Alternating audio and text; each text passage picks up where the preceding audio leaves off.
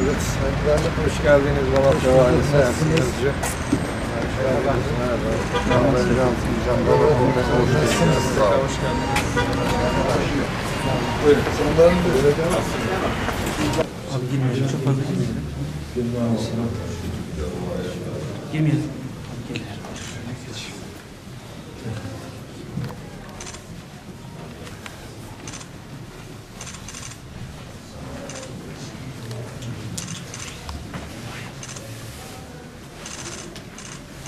Abi yanım.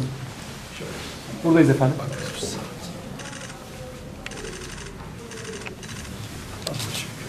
Buyurun.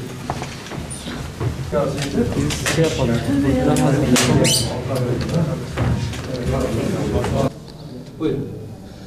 31 Mart 2024 tarihinde gerçekleşecek olan yerel seçimlerle ilgili olarak 6 Şubat 2023 tarihinde meydana gelen depremlerden etkilenen illerde Yüksek Seçim Kurulu başkan ve üyeleri olarak incelemelerde bulunuyoruz.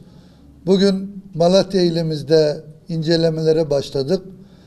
Hafta içerisinde Adana, Osmaniye, Gaziantep, Kahramanmaraş ve Hatay illerinde de kurul üyelerimizin incelemesi gerçekleşecek.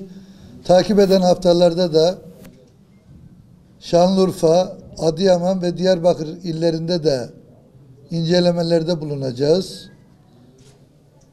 Malatya ilinde yaptığımız incelemeler neticesinde Sayın Valimizin, Başsavcımızın, Komisyon Başkanımızın ve İl Seçim Kurulu Başkanımızın ve değerli seçim hakimlerimizin ve seçim personelinin eşgüdüm içerisinde birlikte çalıştığını görmekten son derece mutluyuz.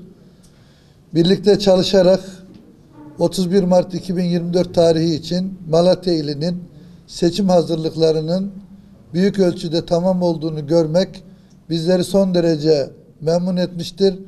Burada Sayın Valimize, Başsavcımıza, Komisyon Başkanımıza ve İl Seçim Kurulu Başkanımız ile değerli hakimlerimize ve personelimize teşekkür ediyoruz. Ayrıca gelinen son durumu da Sayın Valimle birlikte değerlendirdik.